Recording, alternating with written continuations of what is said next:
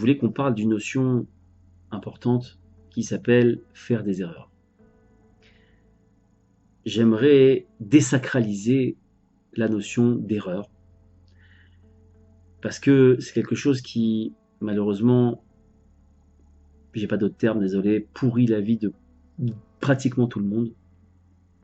Lorsque l'on fait un bilan de ce qui s'est passé, des actes qu'on a faits, des choses qu'on a mis en place, des réactions qu'on a eues, etc., la plupart du temps, quand on sait que les conséquences ne sont pas, on va dire, positives ou fructueuses, alors on va s'accuser d'avoir fait une erreur.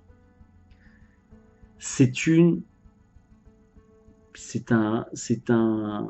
illusion d'optique, quelque chose qui n'existe pas du tout de faire des erreurs.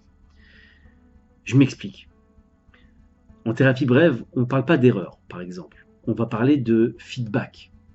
Le feedback, ça veut dire que ça va me permettre d'analyser, je vais analyser l'action, je vais analyser le résultat, et je vais tout simplement comprendre que cette action menant à un résultat, pour avoir un autre résultat, je vais devoir changer d'action. C'est un feedback. Dans la foi, dans notre vie quotidienne, c'est comme ça qu'on doit réagir. Donc ça, j'y dis comme ça, que avant l'action, on a un libre arbitre. C'est celui de prier Hachem pour éviter de ne pas fauter, de ne pas faire certaines choses, éviter certains dangers, certaines pertes. Tout ce que vous voulez, il faut le demander après, avant l'action. Pendant l'action, on va dire qu'on est tributaire de la direction qu'on a donnée au début par la prière. Est-ce qu'on a mis toutes nos forces pour que Hachem nous aide, ou est-ce que finalement on n'a pas du tout prié, ou peut-être un petit peu, peu importe. En tout cas, l'action va être la conséquence de la prière, de la préparation qu'on va faire. Maintenant, à l'action, comme on l'a dit, il y a un résultat. Ce résultat, il est obligatoirement le fruit d'une volonté divine. C'est un petit peu complexe, mais il faut l'intégrer comme quelque chose, comme un acquis. Que il y a le résultat de quelque chose qui s'est mis en place. Ça peut être des pertes d'argent, ça peut être entre guillemets une mauvaise décision, un mauvais investissement, une mauvaise réaction, etc.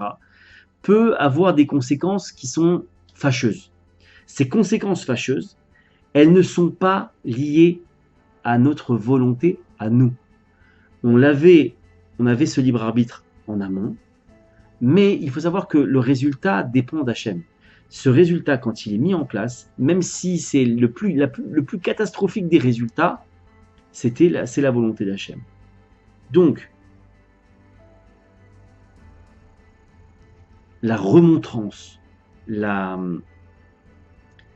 culpabilité, l'auto-culpabilisation, ou toutes sortes de choses comme ça, sont nulles et non avenues. Pourquoi ? Parce qu'en faisant ça, on prend la place d'Hachem. Pourquoi ? Hachem a mis un résultat en place.